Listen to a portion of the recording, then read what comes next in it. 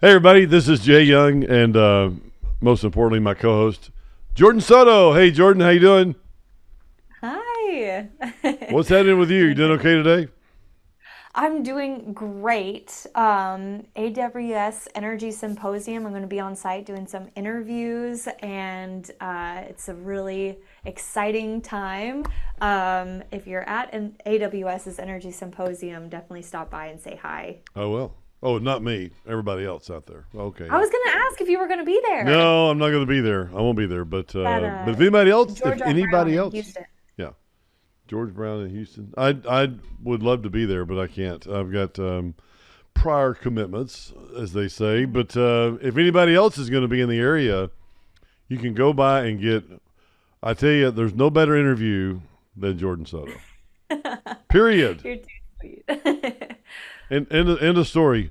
We're going to talk. We're going to talk about oil and gas topics. There's a lot of great oil and gas topics that we're going to talk about today, and we're going to talk about a special guest that's going to come up next week. We're going to be talking about AI. AI, the thing you can't see, but you can definitely get a lot of information. There's a lot of information out there in AI, which we need to talk more about that. That's going to be here before you know it. Absolutely. You may not be able to see it, but you can feel the difference when AI is a part of the solution. Well, I Right. will say though, Jay, a lot of people are saying AI, and I really think that they actually mean automation. So that's definitely something that we'll get into a little bit as well. Okay, good. Good. I look forward to learning what that A stands for. Uh, let's see. Automation, artificial, maybe. Artificial, there you go. Now Okay. you All got it. right. All right. All right. Artificial intelligence, There you there you go. I go. thought it. Well, okay. Yes, machine learning and AI, artificial intelligence, way different. While in tandem with usually automation, they're slightly different, and so I think that oftentimes people conflate the two. Hmm. But we're going to be talking about AI as well as automation. So you hit the nail Wow, on the head. man, you are up to date on this. I can't wait. It's gonna be rock and roll. It's gonna be rock and roll with Jordan Soto on the AI. But you got to stay tuned because right now we're gonna talk about some oil and gas news. I mean, there was a guy came out last night on CNBC, Josh Young, Bison Interest. He's forecasting $100 oil in Really? 2025. Yes. Did you? He's citing tight supply, rising demand, geopolitical tensions, easing as OPEC continues gradual output hikes. But you know, one thing I liked about the interview as well is he was talking about there's a lot of paper shuffling and Mhm. people saying from OPEC that hey, yeah, the barrels are coming, and guess what? The barrels, paper wise, it looked like the barrels are going to be here. So all the traders said, hey, well, we're good at 62 $3. But then when the barrel showed up, there's space in that big retainer, or that big there was more, there wasn't as much oil there as they said there was going to be. Mm. How does that impact you and your business? Yeah.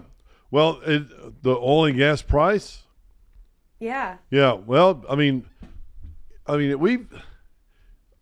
talking about. Let's see, if we're talking about tariffs or oil and gas price, or because it's been tougher this year, for capital rather than what's normal, because people Right. are uncertainty and all this that's going on right now. So that's a good question.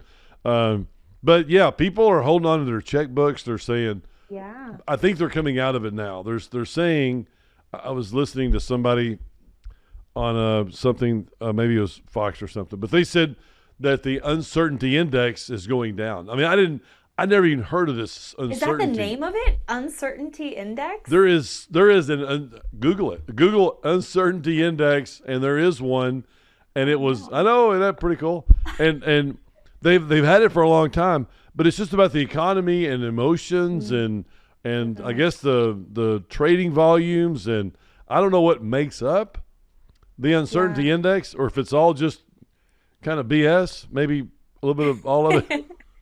Or how do you measure? But anyway, so but we're getting around to something we don't need to get. But with the uncertainty index, it's been slow. But and people really felt like that prices may go lower than $60 a barrel. They thought, well, we're going to 50 or 40. I've heard that people say that they're going to that because of Trump and Putin, that they think that they're going to lower prices all the way to $40 to $50 a barrel just to hit Putin real quick and hit him right where it hurts, in his pocketbook.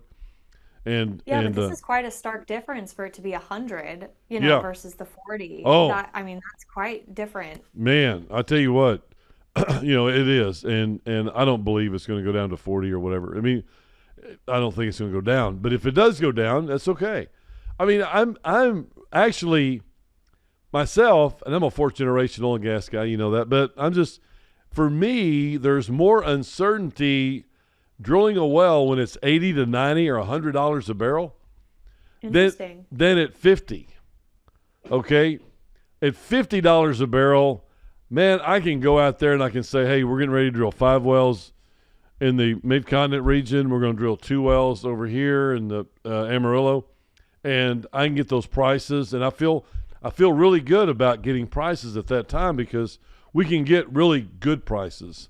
At $100 a barrel, you're bidding against everybody in the world that wants to drill at $100 a barrel, right? Right. It's like, hey, yeah, I called yesterday and I wanted that rig at $16,000 a day. Well, you should have taken it. Today's the price $19,000 because we just put 3 of those under contract. So it's in my opinion, I'd like to drill wells lower at a lower price. Then drill them at a high price and hope that the price stays up there. Because if you drill it at $100 a barrel, you need to really keep that price at $100 a barrel to make money. And if it goes to 80, you're going to lose. You're going to lose a little bit.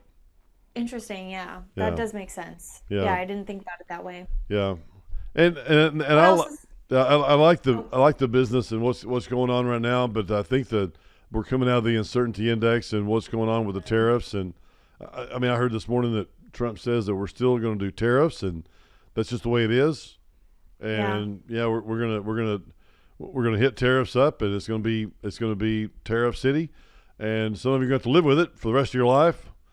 Maybe not. I don't know. You got a lot more. You got more life. We'll see. Yeah.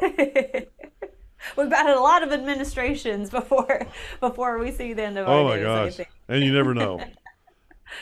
Yeah, it does change quite often. But he is a businessman, and what's interesting is I don't know that I've seen this on my Amazon account, but I had heard that some people were seeing like the tariff tax or something like the influx of how much they are having to pay for certain goods on their Amazon account, and like it's like noted. Wow. Which I think is really interesting. Now, of course, I've not seen this. If you've seen this, let us know in the comments.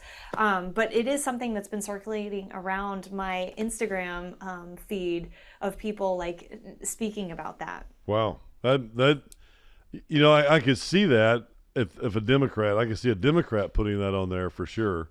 And I don't know what Jeff Bezos is with Amazon, if he's Democrat or. I think Jeff Bezos is in the business of making money. Yeah. So. Man, that dude, he definitely figured it out on whatever it was. He figured it out. Yeah. We need the next garage idea. Come on, Jay. Oh. We'll think of something. 1995, started selling books on a deal called Amazon.com. Yeah. Pretty crazy. Well, as we're speaking about geopolitical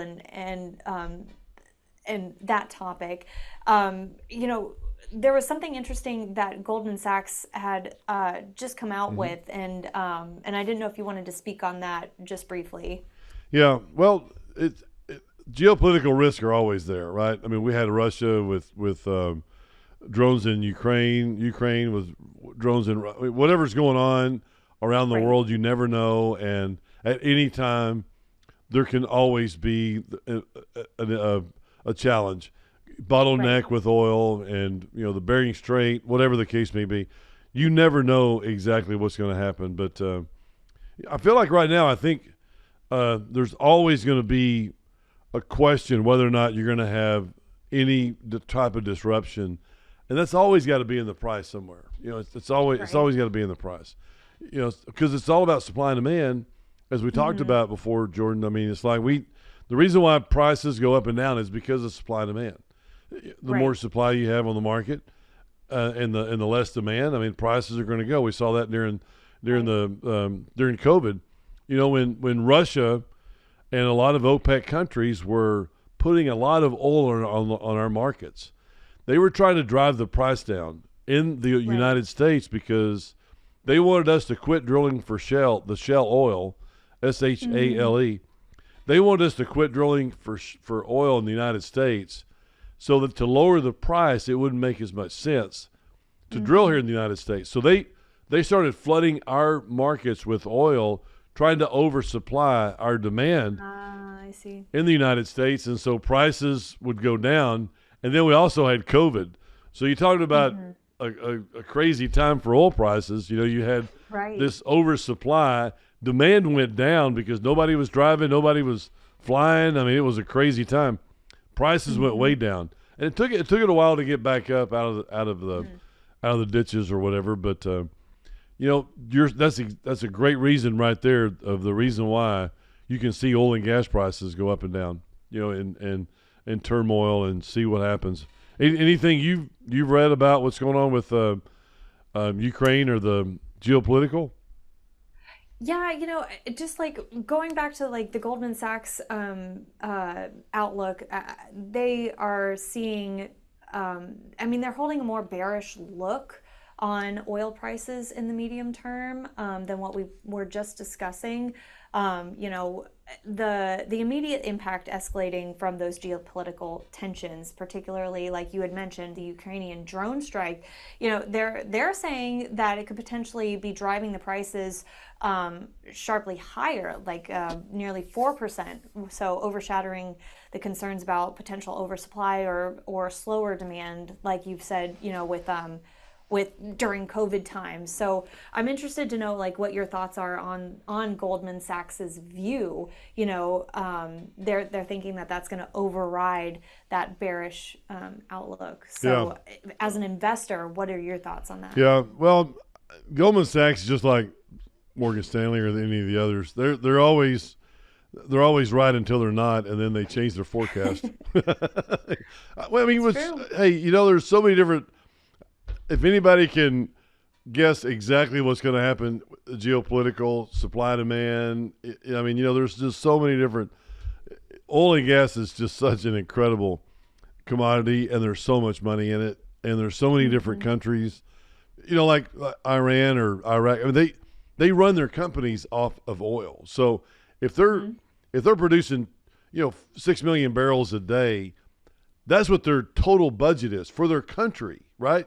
So Right. they're dependent on that price, and they're bringing in 6 million. They're may have a $300 billion budget a year, but it's all made up of oil, and they feed their entire you know pretty much their entire country with this oil. So it is so important to every country, and a dollar to them is an incredible amount of money.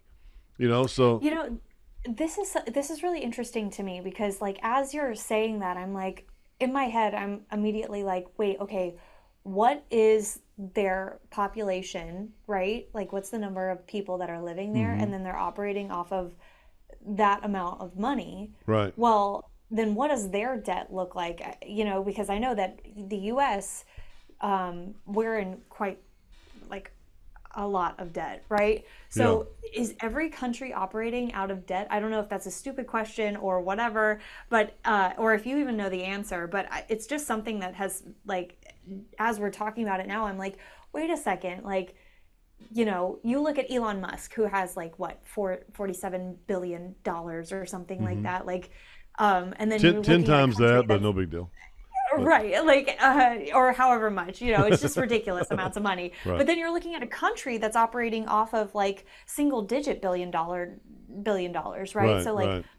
that's very intriguing to me, especially like to like kind of wrap my mind around what debt for a country looks like. And Yeah. then, as you're saying, like operating off of oil and gas and how important that is, not just for our country, but other countries as well as like their uh, their revenue Yeah. that's coming in. So That's a just good very point. intriguing. That's a really good point. But in the United States, we have our they bring in tax dollars, Mm, for the United States. So we work on a totally different because there's so many different private oil and gas companies or public, but they all work off of each company like our company. We have a profit and loss basically on our how much oil and gas we're making, how much money does it cost to drill and complete the wells and operations wise. So it's all here. But with like Mexico and Pemex, Pemex, mhm, they run mhm. their whole entire they nationalize their whole entire oil and gas company into one, just like they do all the rest. So, but I don't really know the idea behind um, what it is that how much debt does Iraq have? Mhm. Nowhere close to us, I guarantee you. I know that for sure. But So I or if they did have, just really quickly completely misspoke. I said 47 billion and I just looked it up and he's worth 381 billion yeah, dollars. yeah. I said times 10. You said 40. So I go yeah, times Thank 10. you for Yeah, catching that. I probably was unbelievable, just thinking, unbelievable. How can a guy I be mean, worth that much money? what do you even do with that much money? Oh, I don't know. What he'll would you do? never What spend would it. you do, Jay? What would you do with all that money? I'd be happy. I would be happy, and I would give a lot of it away, just like he will. I'm sure he will. But Yeah, what else do you do with that much money? I mean, he's got like he could. 11 kids, though, right? Doesn't he have a lot of kids? Yeah, there's rumors about why that is, but yeah, Yeah, there's a lot of kids out there, and but I mean, he how much money do you give? How much money do you give one kid? I don't know. 20 I really billion? Give don't. him 20 billion. He can afford to give Well, him. because you want them to learn, right? Well, I mean, you're a successful investor, Jay. How much are you giving to Michaela? I mean, or like, does she have to earn her own way? Are you giving her X amount of money? Like, what does that look like? Because, Yeah, you that's a great question, see, and it's one that really. I mean, we try to teach her money. I try to talk to her about how much money are you making, how much are you spending. Something my parents rarely did.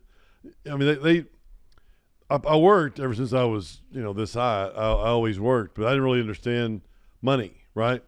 And right, it wasn't a bad thing. It's just my parents didn't understand money. That wasn't something that right, they yeah, didn't understand, or they didn't understand how to make money, or how to invest it, or how to start your own company or whatever. That's not. hmm hmm They just didn't know how to do it. Well, with Michaela, it's a little different. I don't want to give her money just up front and go, hey, here it is, and you're done, and you don't never have to yeah, work a day in your life.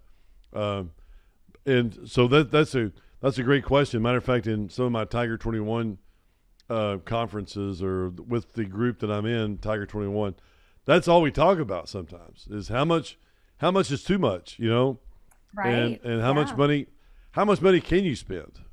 I mean, how much hmm money can a kid spend in one lifetime? You know? I probably a lot. Just saying. But I do think that there's some validity to gifting to certain investment opportunities, right? hmm So if like for me, I think that it would have been really impactful should my parents have given me money to invest in a property, right? That I then could have had as a part of my portfolio. But then at the same time, like there it is very intriguing to me to think about when you are providing assets, whether that's in a house or via money or anything like that. How do you continue to teach the ambition, right? Or is that something that's just a part of their DNA? Like, I'm sure Michaela's very ambitious because, I mean, she is you and your wife's daughter, and you both are just very much business mindset. But yeah, how do you instill that drive to do more with what has been given, and then give back Yeah, through the the receiving end of that investment. yeah. That's a good question, and I tell you, like I said, it's a long answer, and one that I don't know if everybody's got it figured out 100% yet. Right. Because there's a lot of opinions around our Tiger 21 groups when we have that when we bring that up.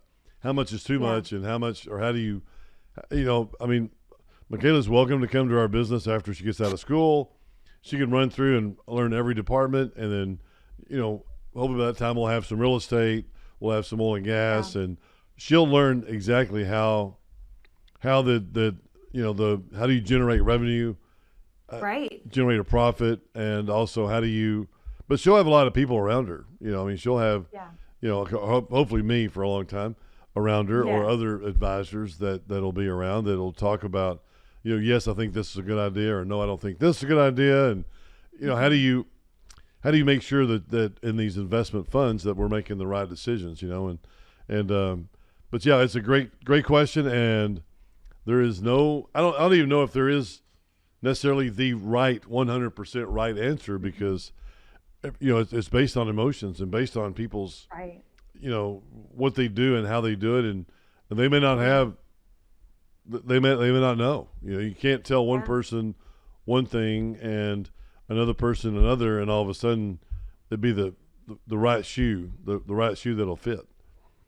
Yeah. So, Absolutely. but that's a good question. And hey, let's get back to oil real quick. I did want to talk about, this is very important, and I read an article, I think it was 2 weeks ago, Wall Street Journal. It talked about, remember the 2000, they came out with electric cars, and they said, we're going to accept no gasoline cars in California past 2035. Wait, Yes. no electricity, no, I mean, I'm sorry, not, no gasoline cars in California 2035. Don't send Hmm. them. Remember that?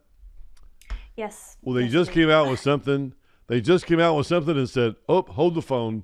We may need to Oh, push that out a little bit. We're not going." Yeah, I know, that's pretty cool. to 2050 or when? I don't know. They didn't. They're smart. Indefinitely? They Yeah, pushed it indefinitely. yeah, and definitely saying that we don't know, and we don't know what we don't know. Yeah. So it's going to be a while, and I thought that was good, because, well, I mean, who knows what's going to happen in the future? But Yeah. if you talk to one of our economists, Dan Steffens, Dan says that we will never in our lifetime go through a decrease in oil demand. He thinks, Mhm. because I asked him, I said, hey, and he's going to be on one of our podcasts pretty Yeah. soon. But I said, hey, what do you think about what the peak oil demand, which means oil demand is going up, going up, and that oil Right. peak demand, when's it going to start going down? He doesn't think it ever will, which means that we're going to have to keep drilling for oil in this United States. And as a matter of fact, we need to drill Yeah. more, because all of those shell wells, SHALE, shell wells decline rapidly in production. I mean, rapidly. And once you quit drilling shell wells, which we will pretty soon, because we don't have all the shell locations, that people think that we have. We don't have tons and tons of, Yeah. of locations to continue drilling forever, obviously. So Hmm. when shell production goes down, we're going to need oil, and you'll see oil at higher prices, Yeah. really soon, because Well, of I that. mean, he has a good point because even the electric cars are made with parts that are made from oil and gas. Yeah. So, I mean, when we're looking at electric initiatives, they're still heavily impacted by oil and gas, and to his point, I just don't see that going away. I talked with Paul McKinney of Ring Energy about this a while back, and I said I really am confused about this whole fight with the energy transition, because it doesn't really feel like a transition. It just kind of feels like a better allocation of resources by utilizing different opportunities. Mm-hmm. And he was like, I agree. It's not really like one or the other. It's more of how can we utilize electric initiatives to then better utilize oil and gas, right? But if you're still utilizing one part of it to make the other part, like it's not like we're going to be like, all right, that's it, we're done. It's Right. not like I'm sorry, there's no clean breakup from oil and gas. It's not like this is the X, bye, we're never talking again. Right. Right. At least not right now. Yeah. Yeah, we're And never. I entangled. mean, I don't. We're always going to need oil. I mean, there's always going to Yeah. be a need for oil. So, But I mean, Yeah. I've always afraid until talking to a bunch of people that we'd have peak oil demand sooner than Mhm. later Yeah. because Goldman Sachs or some of these others have said, oh no, in 2030, Yeah. 2025, 20, they said 2025. Now they're at 2030. Now it's saying 2030, now probably 2035 pretty soon, is that we'll Yeah. start using less. But our population's growing. The data Right. centers, these data infrastructures, something we'll talk Right. about in a minute with AI. I mean, Yeah. these places feed on Hmm. oil and gas. You got to have oil and Yeah. gas. So therefore, it's that oil peak demand is not going to go down anytime soon.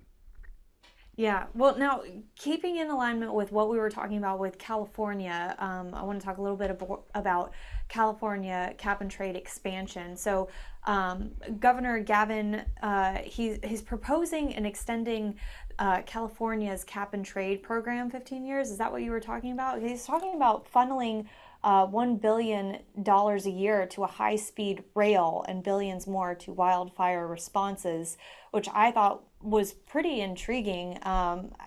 When we're looking at our infrastructure and we're looking at like electric vehicles and we're looking at all of these things, obviously our public transportation system is not like that of Japan's per se. But with an emphasis on public transportation like high speed rails, I think that would be very beneficial. What, in your opinion, like, do you think that this will actually follow through and this is something that will come to fruition? Yeah, I was just thinking about that, and I'm reading last night as well. There was an article that talked about, he's going to shut down some of the refineries. There's two more. He's already shut down one, and they're getting ready to shut down two more refineries. Now, let's just talk about that for a second. You got to have a refinery to produce your oil, right? So oil comes out of the ground, it goes into a refinery. What comes out the other end? Well, plastics or gasoline or whatever the other products that you need, and he's going to shut those down. So I don't. California, they're already at a huge shortfall on their budget, and they're also going to see less oil that's going to be Mhm. manufactured or refined in the United States, in California. And if that happens, then you're going to have prices go crazy. We may see Right. $8 gasoline in California. Not that it's already really expensive, but it's Right. going to be more expensive pretty soon because you're going to see prices. There's not as much oil and gas. Like I said, oil and gas goes up and down because exactly of supply and demand. And if you have less of Yeah. it, you have less of it, and the demand, that peak oil demand continues to go up, which they say Hmm. it is. Man, we're going to see some crazy times for oil and gas in California. Well, I mean, to your point, critics are saying that with that policy, they're warning about an increase of uh, like almost up to 74 cents per gallon of an increase. I mean, that's insane, Yeah. Oh my Like, gosh. could you imagine being a low income household and then you're like to get to your job or to get around, you have to pay so much, an exorbitant amount more Yeah. for each gallon of gas. I mean, it's just the strain is incredible. I'm curious, like, I don't know how, like with California staying on this trajectory that they have been for quite some time, how sustainable is that for a state to continue to make these policies and try and, I mean, it doesn't seem to be working very well. I mean, we're seeing so many people moving to Texas or to other states, Yeah. which then would further strain the economy. I mean, like, in your opinion, as an investor, is this sustainable? What does this look like long term? Yeah. Well, it's a train wreck for the state of California, which is terrible because I think California is one of the most beautiful places on the planet, without question. And they've just killed that state. They've really just. I mean, if it wasn't for the fires, in Pacific Palisades, or if it wasn't for some of the policies that Governor Newsom has done, it's just been crazy on what he feels like is a good idea or it's a good plan. I mean, they're going to lose so many jobs for their refineries, and they're just shutting them Hmm. down. And he's saying, well, we don't want to be dirty with Trump and continue with this oil and gas drilling, even though the demand's there, and the demand will continue to be there. And it doesn't matter if he shuts it down or not. I mean, If he shuts it down, which he's going to, prices will go sky high. It may go so high that nobody can afford it, but still, it's not his decision. And to cut things out, I mean, we don't. We right now can only produce so much oil and gas in the United States before we have to export it. We're producing 13 million barrels a day in the United States, and we're producing about 13 and a half. We can only refine 12. Mm-hmm. So we're having to send over 1.5 million barrels. Right. Now, I'm sorry, wait. We need 20. We need 20 million barrels. We produce 13 and a half. Now, you would think that we need 6.5.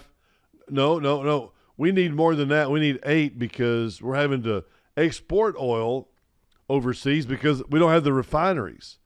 So we not only have the refineries in the beginning and need OPEC oil, but we also are going to need more now because we're shutting down these refineries. Right. And I mean, to your point about the job losses, I mean, California has already lost nearly 55,000 jobs in Q1 of this year. So, I mean, this is just compounding fiscal instability, I mean, for the state. And like I said, I just don't see how much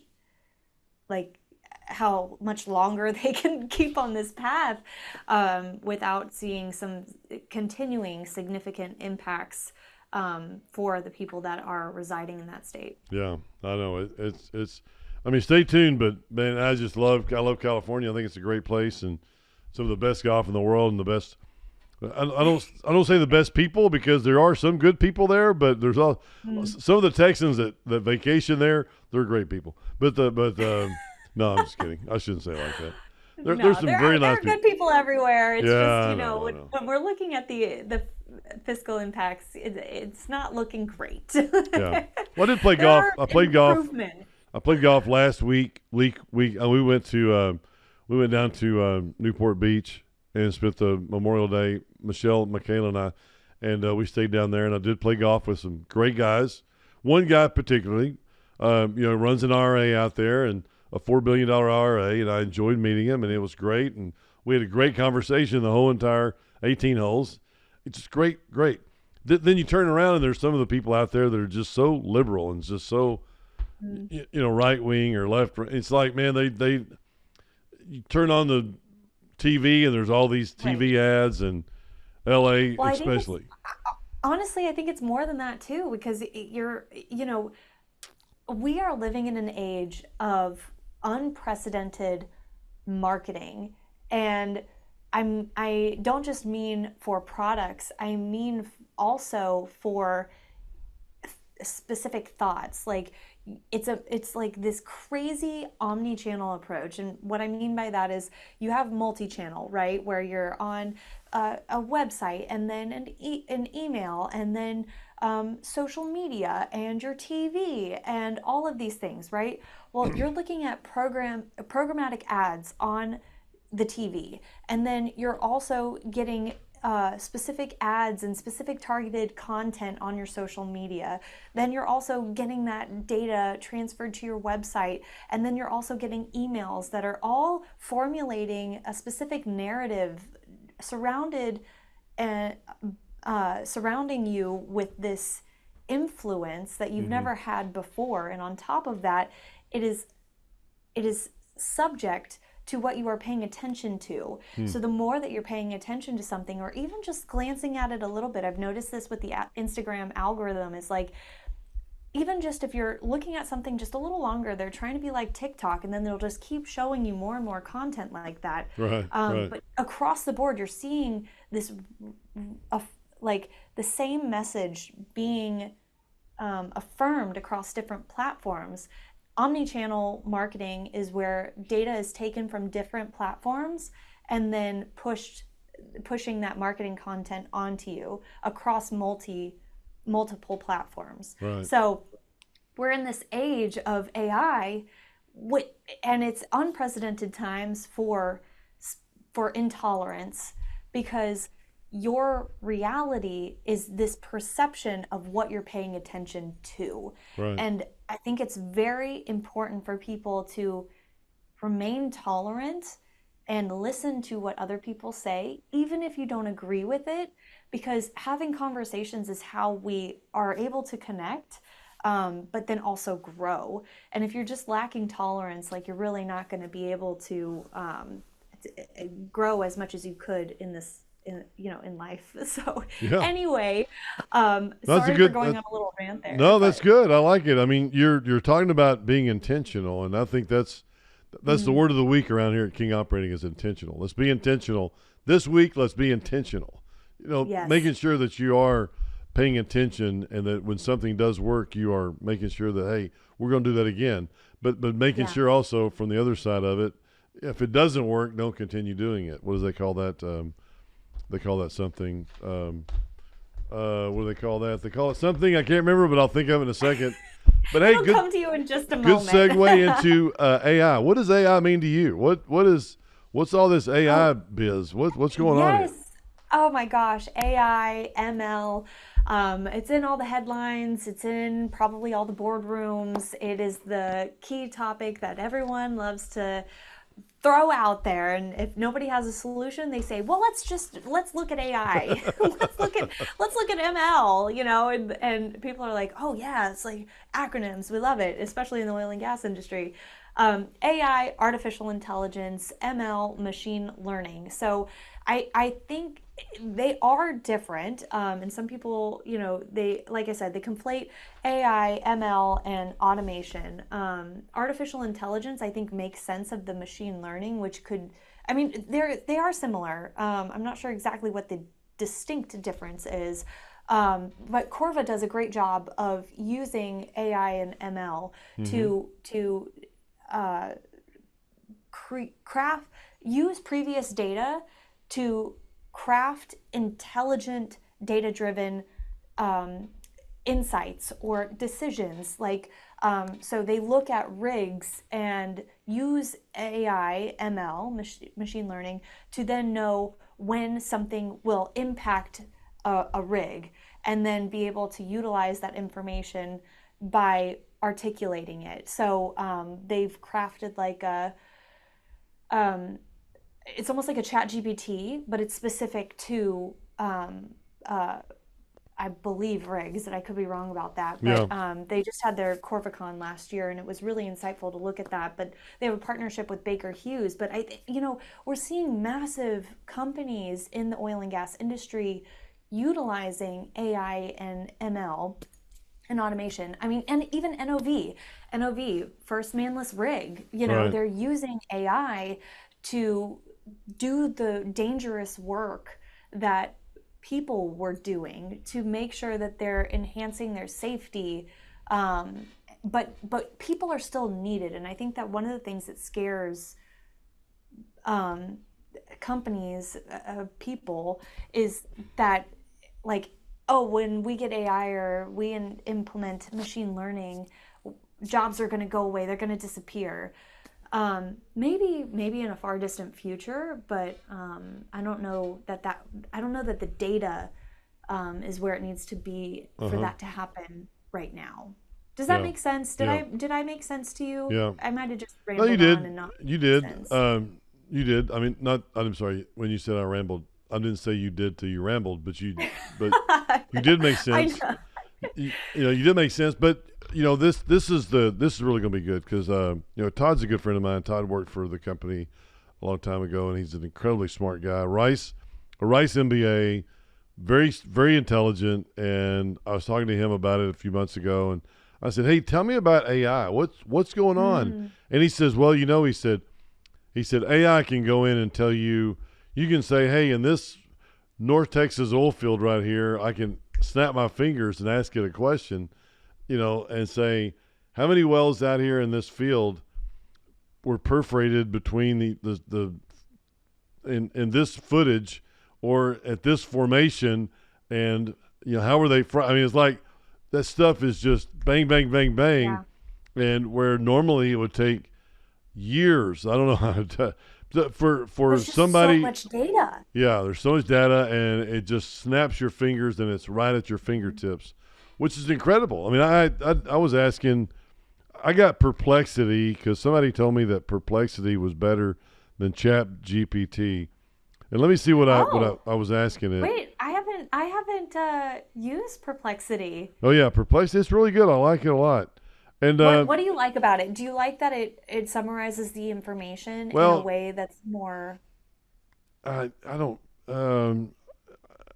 see. Like I wrote, what is a good Bible verse for someone in the hospital? Well, that's not a good. The 10 craziest things. No, that's not that. How much of our imported oil comes from Canada? Or what are the top 25 songs of all time? How much oil and gas has been produced in the Anadarko Basin? Are these the questions that you've been asking I've it? been asking AI, the Perplexity, yeah. But I like to ask it, like what are the five what are the five most important aspects of the book of John? Like I said, the 10 best ways to use Chat GPT. What are the Oh. 10 ways does AI help the oil business? What 10 ways does the Wait, what did it say about the oil business? What yeah? did it say about Maybe we should have impacting talked about that? that a little bit. It talks about AI is transforming the oil industry in multiple ways, driving efficiency, safety, and profitability. Here are the Mm-hmm. 10 ways AI helps the oil business.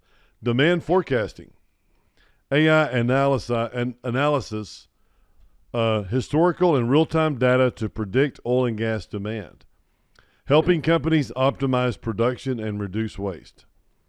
Predictive maintenance, number 2. AI-powered systems monitor equipment health, detect anomalies, and predict failures, reducing downtime and maintenance costs. Oil exploration, AI processes geological and seismic data to identify the best drilling locations. There you go. Yeah. No, Increasing, there's a. yeah, Oh, go ahead. Sorry. um, increasing exploration accuracy and reducing risk. Handling price fluctuations. AI uses predictive Hmm. analytics. Analytics. Analytics, yeah, analytic to help companies manage price volatility, improve pricing strategies, and make informed financial decisions. Safety, regulatory. I mean, there's just a lot of stuff that, and we're going to learn that next Yeah. week. Next week, we got Yeah. Todd Gardner on. He's going to be incredible. He's, like I said, incredibly smart guy. And, he needs to make sure that he talks down here a little bit instead of, we don't want him to be over here In the somewhere. cloud. We don't want to be in the cloud or over the cloud or over our heads. So we want to make sure we dumb it down We don't want him in a data lake. We don't want him in the cloud. We want him right right here. here. Just give it to us flat like you're talking to a 7-year-old.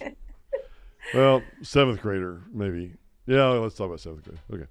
Okay. But we want to know more about it. I mean, I think that, and I was just talking to my daughter's boyfriend, who's getting his petroleum engineering degree. There's like 3 of his family all 3 are getting their petroleum engineering degrees. Oh wow. And I said, you guys have got to really make sure that you take some classes and learn more about AI, because Yeah. he's a junior this year. And I said, it's going to be closer to you, but your brother, who's just now starting next year at OU, is going to definitely want to know more about AI because it's going to change the industry. Definitely. It already is. I mean, Yeah. to be honest with you. Yeah. Yeah. Yeah. And we're just seeing the very beginnings of it. Yeah. I'm glad we like to talk to each other because I don't think AI can take my place. Maybe? No. No, no. Maybe we can do a little avatar or something. But I still think that there's the oh gosh, I always say this word wrong. So if I do, please don't make fun of me. Okay. The spontaneity. Spontaneity? No, spontaneity. Yeah, That's is good. that right? Did Yeah. I say it right? Yeah. Absolutely. Yeah. Absolutely. Good I job. would I would always say spontaneity, and I got a few looks. So spontaneity. I think the spontaneity of humans is irreplaceable. I don't know that a machine operates off of predictability and using past data to influence future projections, and so that's why it's so good at predicting. But when it comes to people, I think that we just have spontaneous nature, and Yes. the improvisation of us is irreplaceable, in my opinion. Irreplaceable. That's us. We are the irreplaceable duo. Yes. Duo. Hey, and I was thinking about insanity earlier when I said, what is it? Oh, Insanity. Don't keep doing the same thing over and over again. If you fail, don't keep doing the same thing over and over again. That's called insanity. Don't do that. Change, and that's what AI I think is really, really yeah. good at because it teaches you up front as fast as possible. I was Hmm. asking it. You can ask it anything you want. I mean, that's the most beautiful thing you can ask because there's different kinds of AI for many different things. I Right. joined this. I joined. We got to go in a minute. I know, but I joined this deal, and it has all these different things that you're supposed to learn. You have all these different all these different. Jay, that was the most vague thing of all time. What is the thing? What did you join? What are we Oh, doing? I joined something called Coursive, Courser. Okay. And what does it do? Coursiv, and it teaches me all the different types of chat Jeep or AI Prompts? for each category. Oh, Okay, there's so many different. Like there's DeepSeek, there's Claude 3.7, there's Stable, there's DALI, interesting. there's all these different because there's not one size fits all when it comes to Chat BGT. No, no. When we look at the one size fits all, like a OpenAI, ChatGPT kind of Yeah, thing, yeah, there's a lot. Here's the thing, they years ago, I want to say that like maybe 80s or so, it was warned that like garbage in, garbage out when it comes to computing and programming and things like that. And so, and I could be wrong about the timeline on that, but I believe I heard a speaker talk about that specific time frame where that conversation was really lively. yeah, But yeah. when you're inputting all of the website information from all the websites that were ever created ever, there is going to be uh, information that's incorrect, but it's a part of the system, right? Because ChatGPT, I want to say, also may have used YouTube videos too. And I mean, how many YouTube videos are there out there of Right, people just expressing their opinions, right? right. And the biggest thing with AI that I see right now is fact from fiction, right? Because it is not able to define one or the other. It just takes all of it as data and then says, okay, well, what is interacted with the most? And then goes forward with that being what is deemed as truth, which is interesting because I think that there's something to be looked at for human psychology of like how we operate when something is truly paid attention to and there's a lot of eyeballs on it. Is that something we take as truth? And Hmm. then we've programmed things to work that way. I don't know. What is fact from fiction? It's a Yeah. deeper No, I conversation for agree. another podcast, but There you go. just a I'm trying to thought. look right now. I'm trying to look. There is something that has. I saw it, and right when we hang up, I'll find it. Yes. You should text Yeah, it to me. I want to see. Or put yeah. in the, actually, Jay, you should put in the comments so that people can download and look at it. Oh yeah, that's a good idea. That's a good idea. But we'll have it, and it's about what AI is good for what, right? There's all these Oh, I different see. there's all That's these good. different Hmm. AIs for different forms. I thought I'd have it Yeah. right here, really quick. Man, I don't know where it is. Right here. Come on, come on, come on, come on. All right, I'm gonna do probably about three. Okay, that's it. Okay, so I'll find it. He'll find it later. We'll use an AI program to find the AI program we're looking for. Yeah, exactly. That's what I need to know. Hey, that's a great question to ask. I bet we could ask it real quick. I Yeah. bet I bet it would tell you. It would tell you perplexity. How many Well, different? How many different? while Jay is looking that All up, right. next week we are going to have, like you said, Jay, Todd Garner, founder of Pin AI. We're going to talk about all things AI and how it's revolutionizing pre-drill decision making and democratizing access to high quality geologic intelligence.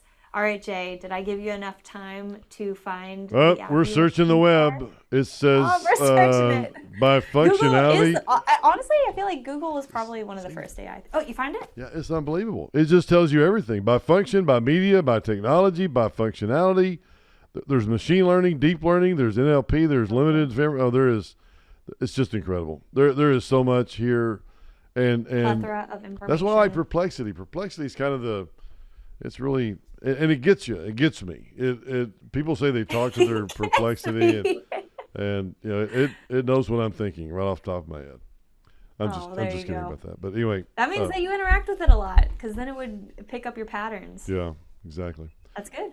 All right. Well, hey everybody, thank you very much for coming in today. We're going to be back next Wednesday with a great show with Jordan, obviously, and with Todd. So we'll see you back here. Have a great week and talk to you soon. Thank you.